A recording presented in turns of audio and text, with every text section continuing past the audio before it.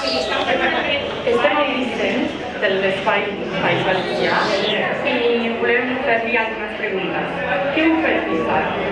Doncs som una entitat que tenim ja 4 anys d'història i bé, el que volem és visualitzar el País Valencià, el Principat de Catalunya.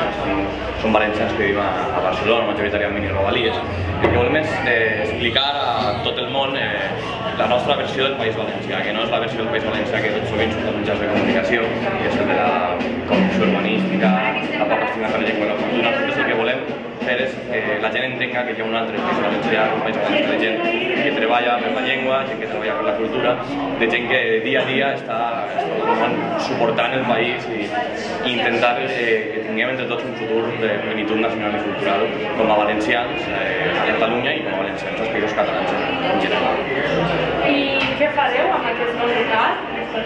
Doncs el local és un pas més en la història de l'entitat, perquè estos 4 anys ens havíem trobat que volíem un local però no podíem a nivell tot econòmic, i ara que ja hem donat un pas més en la nostra història, doncs ara tenim un local i l'aprofitarem per ser una espècie d'ambaixada valenciana aquí a Barcelona on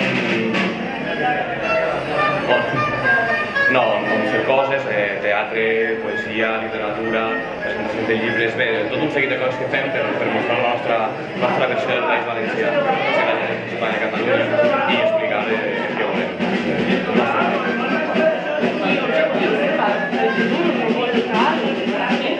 Bé, doncs, és un pas més i el futur ens separarà del que nosaltres volem que ens separe. Volem créixer com a entitat, volem cada cop més gent i, evidentment, és un primer pas. Després, si podem tindre un local més gran, doncs tindrem un local més gran. Si podem tindre un auditori on podem fer obres de teatre més serioses, doncs tindrem anar creixent. No per el nostre interès, sinó per l'interès que nosaltres creiem que té que valencians, que tenim una visió del país, doncs estiguem aquí fent coses i ensenyant a la gent que el País Valencià viu, existeix i que té futur.